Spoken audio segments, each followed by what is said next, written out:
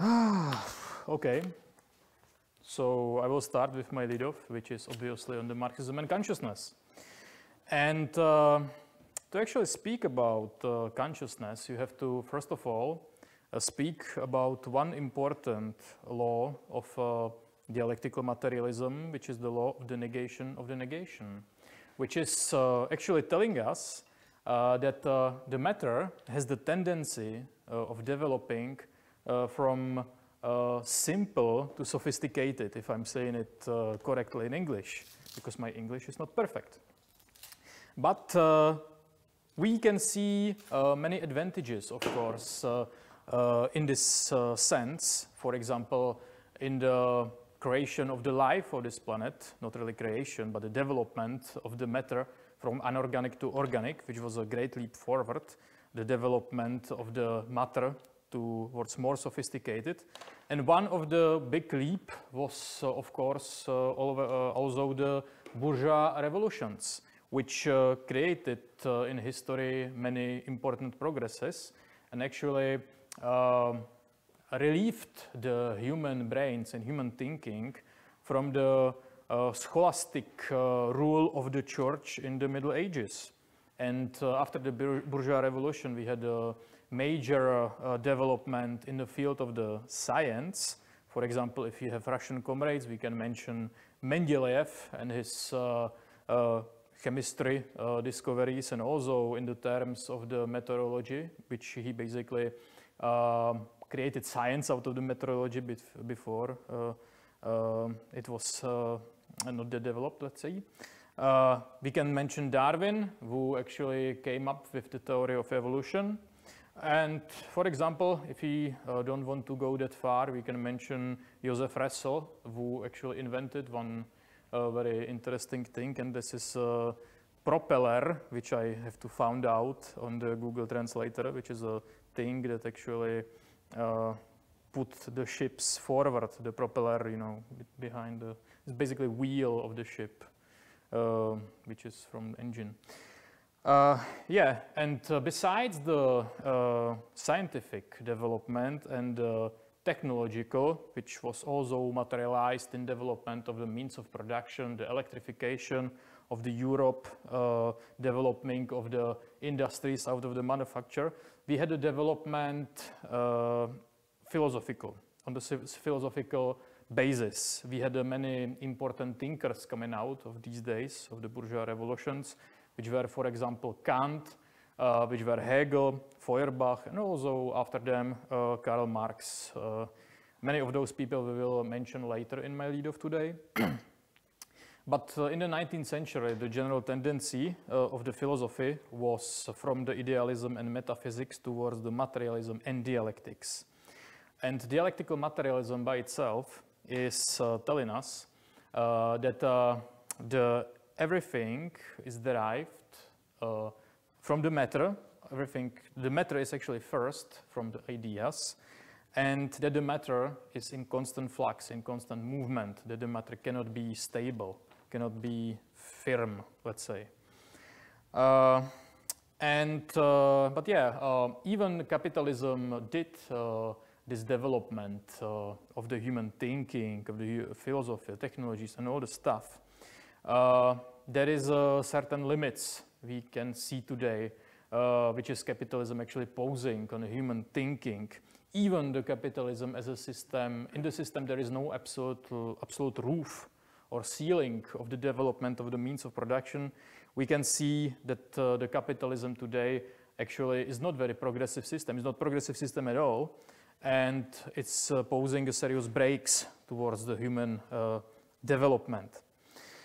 And how František Ledvina actually saying, from which I will be using many examples or quotations today, is saying that the greatness of the Marx and Engels doesn't lay only in the fact that they so-called invented dialectical materialism, but in the fact that they were able to actually look on the world as a dialectical materialists. This is the most important thing. And if you will think about this, the whole basis of the dialectical materialism is very dangerous for the ruling class itself.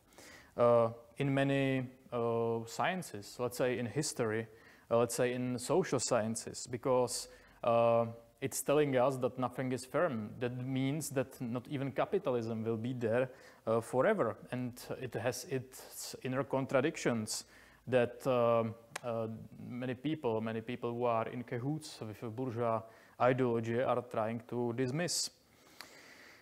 So you have many people who are actually trying to put forward the idea that Marx was somehow great in philosophy, but in the terms of human consciousness or revolution, he was not that good actually, and he didn't understand it, and this is his failure.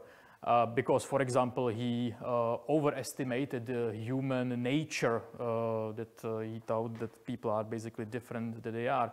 And if somebody is saying stuff like this, it tells me one simple thing, and that is that those people don't have a single understanding of what Marxist philosophy is really all about, because the human consciousness by itself, it's in development, it's nothing stable.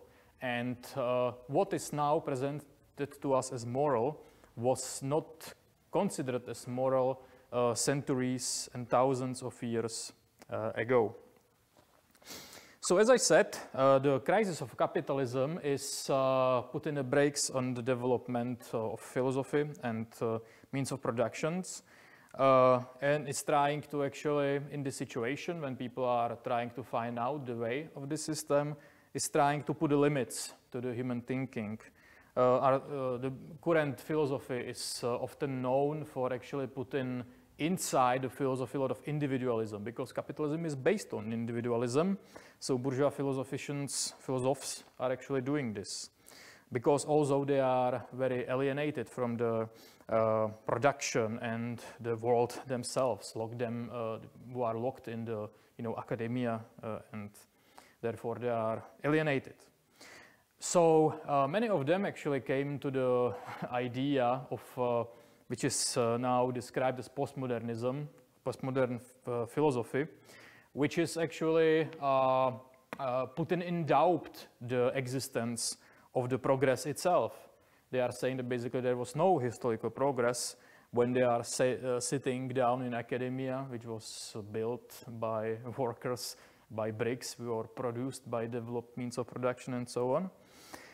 And at the same time, they are trying to say that there is no such thing as one single truth, that objective reality we have to put in doubt, that there is basically nothing like this, and everybody feels the truth differently by his own perception. So it means their own approach is really subjective, idealist. And on this basis, they are, of course, they have enemy position, or they are against ideologies, which they claim they are the generalizations and objectivizations that doesn't exist and are oppressive in nature by their ideas. And this is the reason why actually postmodernists not so long time ago were actually supported by the ruling class and even by the CIA. There are reports by the CIA that they actually supported many of the postmodernist magazines in the second half of the 20th century, because they were happy that postmodernism is actually putting out the Marxism from the academia, because many academics before had a tendency towards Marxist way of thinking, which was possible to see, for example, during the French revolutionary days of 1968 and so on. And one of the actual examples of what I just said before, that the capitalism nowadays puts the limits towards the philosophy and human thinking, is the fact that when actually Americans were on the moon for the first time, I'm sorry for present Russians, but it was Americans who were first on the moon, even you had the first person in the moon. What they said actually when those people were landing, those astronauts on the moon, they actually quoted what? They quoted the first chapter of the Bible, the Genesis, that on the beginning there was light, and then the God created everything around us, basically, which actually is pretty funny thing when you think about it. You know, astronauts using the modern technologies of the 20th century at that time, quoting Bible, quoting this ancient ideology, basically, based on idealism. And the main question of my leadoff, therefore, will be based on the fact if the reality is basically cognizable, if you can know the truth, if you can know the reality around you. And to actually answer this question, you have to come to the question, what is the human consciousness, which is actually the thing that is thinking about the reality around ourselves. And for the majority of the existence of a human species, the consciousness of the people was taken as something mystical, which is actually different from the matter. The Middle Ages scholastics, which was inspired a lot by Plato, also taught that actually the striving, the effort to actually know the world is just confusing the mind, that we should not do it. And the only way how to actually know the world around us is through the thing which we say in Czech, rozjímání, let's say meditation for English listeners. And during those times, the science was just on the suburbs, let's say, on the fringes, was not really in the middle of society, and because it was actually punishable. It was considered as a punishable crime to actually develop science. In many cases, many people were burned because of their discoveries. And therefore, there was a big development during the times of the Renaissance, and with the ideas of people like, for example, Descartes, with his rationalism, which actually put forwards the human reason in front. That, you know, he started to actually look at the world not through the dogmas of the faith, even he was a believer of the God, but through his own reason. And yeah, we can say a lot of things about Descartes, that he was a genius, in fact. He was a great mathematician of his time and also physician. But he also lived in the 17th century, which puts a lot of limits to what he can actually find out, what he can actually say. And for this reason, he doesn't have an understanding of how the brain works, actually, and how the central nervous system works. And therefore, he came with the idea of dualism of a material body and the soul, which is somehow living inside this flesh, and it's able to actually, produce such things as a reason. But what is actually the brain and what is the central nervous system? This is also a very important question. And we can say that the human brain is actually the most developed matter that we know in existence. This is another example of how the matter is developing from the simple to the sophisticated, let's say. And the human brain, even by the worst alcoholic we can mention, even the brain by Zeman, is much more stronger than the most developed supercomputer that we can find in the whole world. But the brain and the central nervous system is not something also that was created by a god. There was not some kind of a monkey with a big brain from which the humans were developed, which scientists thought for a long time. But the central nervous system and the brain is something that developed with humankind, with its behavior, and with the stages they came into the presence, let's say. And we can say today that also the consciousness of humankind is accelerating with all the discoveries and all the possibilities that the humankind has today. But yeah, let's come to the resources. Let's come to the roots, how the actually brain developed. The humans are the only species alive that are able or that are using consciousness. Not other species, not animals having consciousness. The other animals have such things as a memory.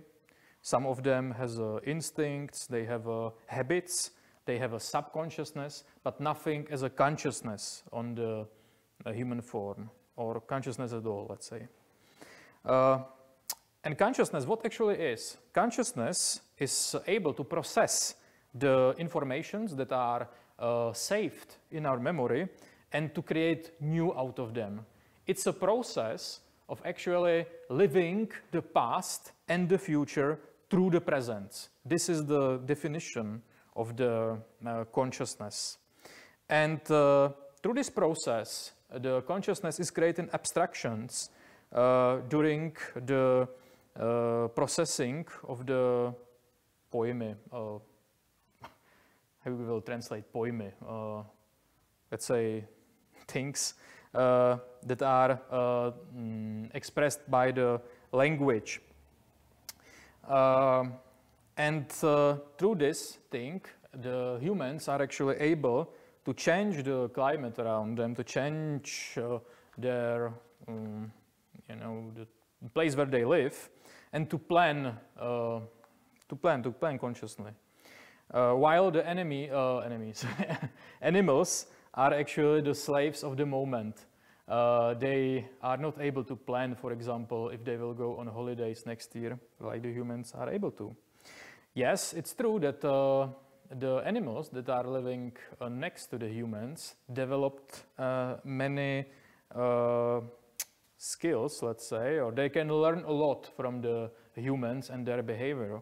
But what is also interesting is that they are not able to actually learn the future generations of them of these things they learned from a human, which humans are able to teach the future generations about their things they found out during their lives. Yeah. And there were many revolutions that actually led to the development of human brain and also the consciousness. One of the important revolutions was when the first apes actually came down from the trees and went to the savannas, when they changed the way how they walk. They start to use a bipedal way of walking. This means walking on the legs, which was because of the fact that they have to be careful because they traveled for long distances. And also there were many predators. There were animals that they wanted to hunt them and to have them as things to eat, as a food basically. And when they start to walk on the two legs, many things changed. First of all, people start to suffer from many actually back diseases, because it's not really in human nature, let's say, which is not actually the dialectical way how I put it, but it's not natural, let's say, for the humans to walk on the two legs. Therefore, many people suffers from the back diseases, which hurt of the back.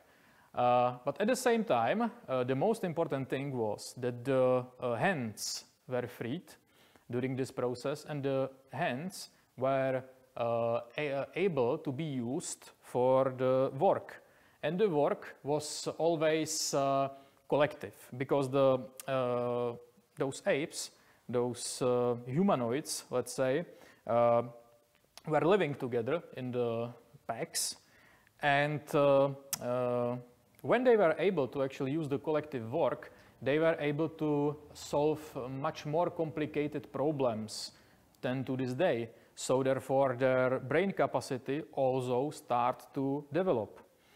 And after that, there was after thousands of years, there was another very important revolution, and that was the control of the fire by the humans, which maybe started with some kind of storm that hit some kind of woods, and maybe some woods were got on fire, and maybe some animals burned inside, and maybe there was some kind of human that came along and start to smell the nice flavor of the cooked meat. So he came along and came to the idea that if he will bring the fire home, he can cook the animals himself. And this actually caused the revolution, because when people start to control the fire, first of all, they were able to live deep in caves, which protected them from the predators. They were able to live in conditions which were not favorable for living, for example, in cold places. And also, what is important, it actually forced these people to actually plan more, to actually prepare the wood for fire, to realize the time, and to think abstractly. And at the same time, when there was a more cooked meat on the menu, it gave to the humans a lot of energy, and it gave energy for development of the human brain, which was also the great revolution which pushed the humanity forward. And this actually created the fact that this consciousness that developed during this process helped to establish what actually Descartes stand for. That means to not actually understand the world just by senses, but also by the reason, to actually realize the social relationships and the abilities of the things, features of the things with which the humans were working with at the times. And this enabled actually the conscious cognition of the world around us and examination of the reality. And cognition by itself is the creating of the images about the reality and to have a standpoint towards the examined subject. And of course, this cognition is something that is developing with the development of the human society itself, with its abilities and with the interests of the population and the classes living in the society. For example, we can use classical economy. Classical economy was a great step forward in understanding how actually the economy works.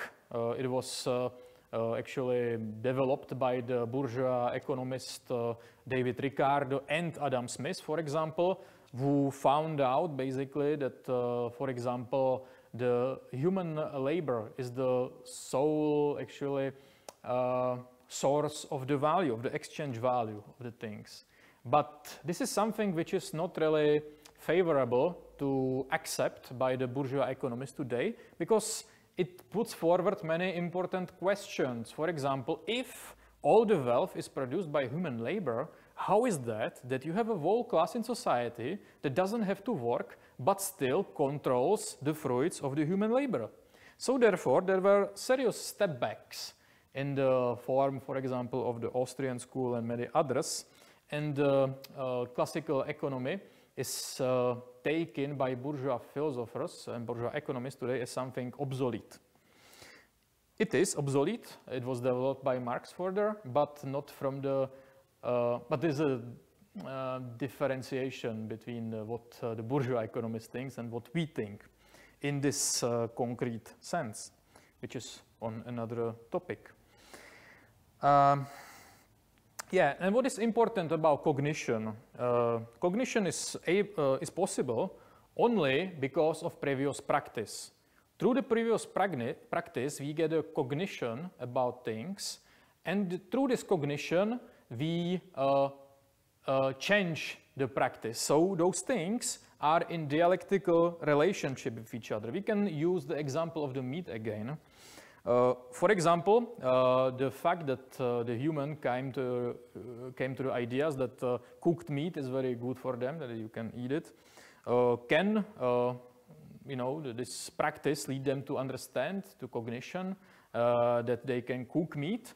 But when maybe the first people cook the meat, they have to find out the precise time through this practice for how long you have to cook the meat. Because maybe the first people actually burned the meat they actually found or hunt.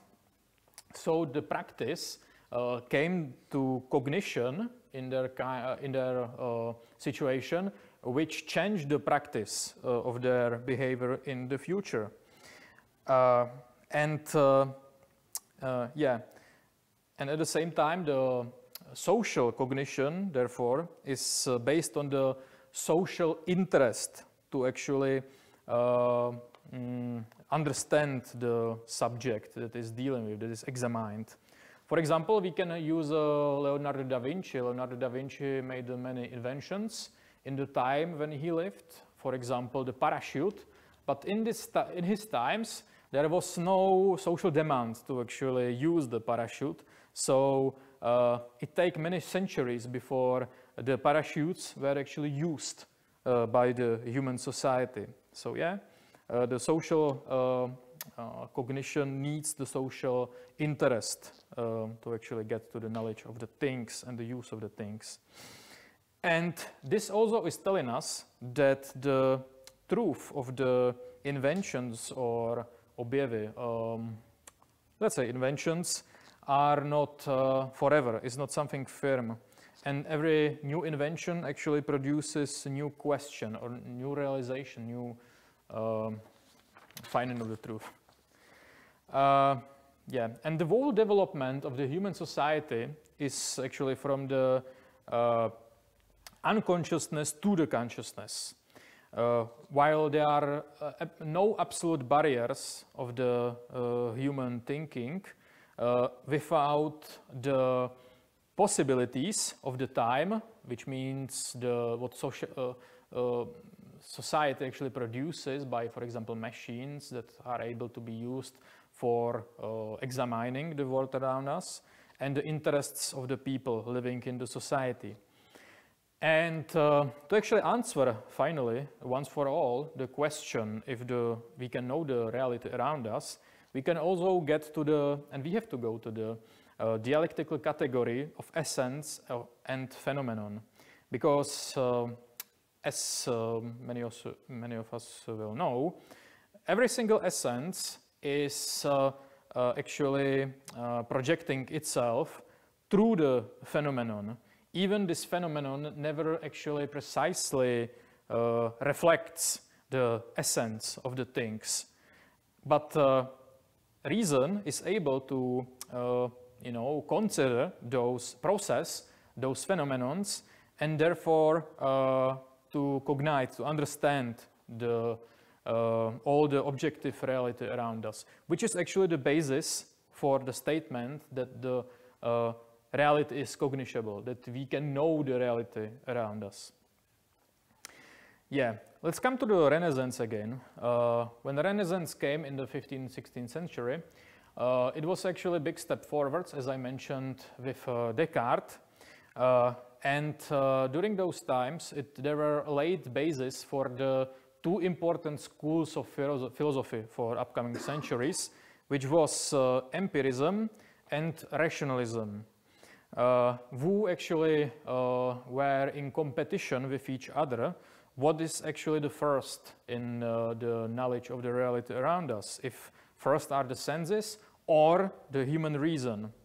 There was a John Locke, who was one of the main important philosopher of the school of empirism, who put forward on the first place the senses, and who actually said that in our brain there is nothing more which will not be found out before by our own senses.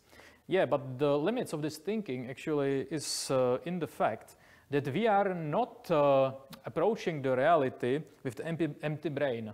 When we examine something around us, we use the human knowledge which was developed for the centuries. So we are not using just our senses, we are using the discoveries of the past. And also there was many years later another philosopher named Immanuel Kant, who was one of the most important from the school of rationalism, who actually based his philosophy on dualism between the phenomenon and the Ding an sich, how it's called in German.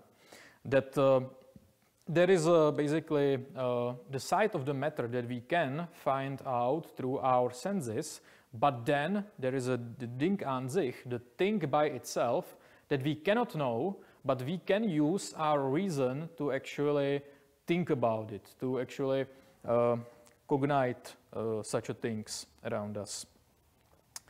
To have an imagination, basically, imagine about it.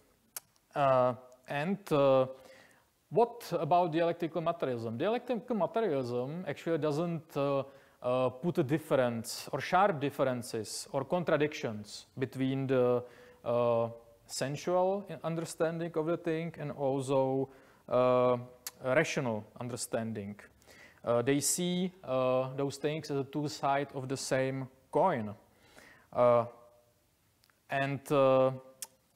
Dialectical materialism is basically telling us that by our own senses, we are getting the feelings, perceptions, and ideas about the things, while the sensual cognition of the things is based on the understanding of individual with the contribution of the human society, which means, for example, the microscopes which were developed by human society, not by the individual that are using his senses to actually know the truth around him. But also, you can know the things around you by your reason, through which we are creating concepts about things and judgments. And those things are developed through the understanding of the society and the consciousness of the individuals who are using his reason to actually understand things around him. So, this development of consciousness, which I described before, gave to the humans many abilities. They gave him the abilities to behave rationally, but also irrationally. Through this process, the humans also develop their conscience as the relationship of the individual towards the society. When the people are basically able to realize their irrational behavior, if they are able to understand the social, důsledek, social consequence, thank you very much, the consequence of their bad behavior. So yeah, I actually wrote here consequence, but I forget to, this is my word. Yes, so this is the conscience which was developed through the development of the consciousness. And the exclusive property of the humans, which are transmitted, let's say, by the consciousness, is also thinking. Thinking is something different from the consciousness itself and is affected by the needs of the individuals and the societies they are living in. While humans are processing their poznatek, let's say, concepts, I don't know, through the reason, but are processing those things also by the emotions. When the people basically not only examine things, but also have their positions towards the examined subjects, which actually leads to the developing of the emotions, which are the product of the human consciousness. While by the thinking, the individual is also able to learn the find outs of the others and create the new ones, and to actually teach them the further generations. And through this fact, the humans are able to actually grow in the sense of understanding of world around us. Basically, that the pupil can be more clever in future than his teacher, which applies, for example, to the socialism itself, because when you look on utopian socialists of the 19th century, like Fourier, like Owen, etc., they represented school of socialism, which was later developed by Marx and Engels. So their students, let's say, were able to develop this understanding further. Yeah, and specific category in all the thing we are speaking about today is a truth. Truth is actually the objective side of a cognition of the world around us, while it's a process of the coherence, accordance of our conditions with objective reality, while the truth is not the same as the objective reality. This is very important to know, because objective reality just exists. It's not true or not true. It's basically like that. But truth is something that is developed by humans in their fight to actually, or in their strive to be able to use a reasoning or a reasonable understanding of the objective reality. While the truth is something which is not firm. Firm is something that is found out, discovered by the humans, like say, gradually. It's not, there are no absolute truths that are once and forever, because every new inventions are putting the places for new questions that are put forward to actually develop human thinking and to think about. So the truth is never absolute and never ending. It's never ending. And there is also very important the relationship between, which is changing between the understanding and reality around us, objective reality. So this dialectical relationship is producing the thing that the truth is still much more wider and more complicated with development of the human society, with the actually widening of the human cognition of the world around us. And how we actually know things, what is the dialectical method of the understanding the world around us? There is many things that we can use, I will name two, which is a formal logic and the dialectic method. Because the formal logic is enabling us to actually isolate the subject which is under our consideration or examination, and to abstract it from the reality and to examine it. But what is then necessary is to put this examined subject back to its reality, back to its relationships, to actually have a dialectical understanding of the reality. I think what is a good example to this is, for example, the war in Ukraine. Because it's not enough to just know more and more facts. The more and more facts will not bring you closer to the truth.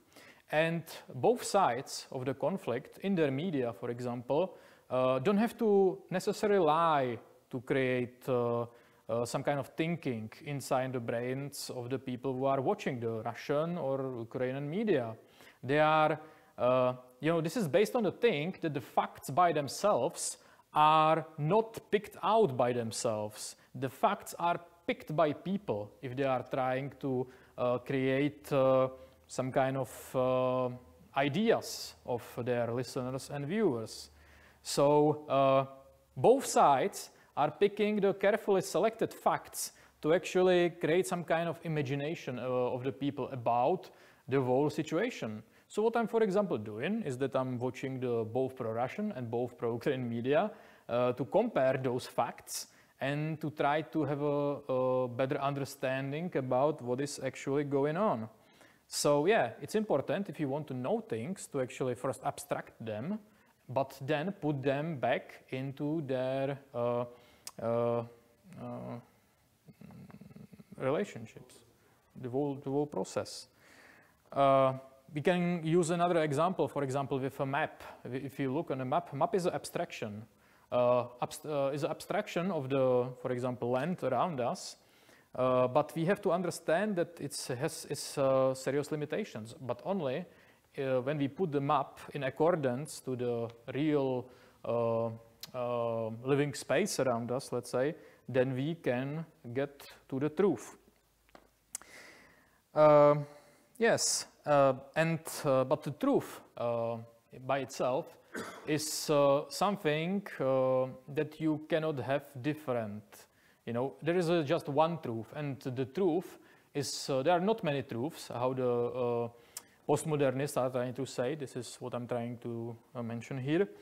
And basically, it's always concrete, how Hegel pointed out many years ago.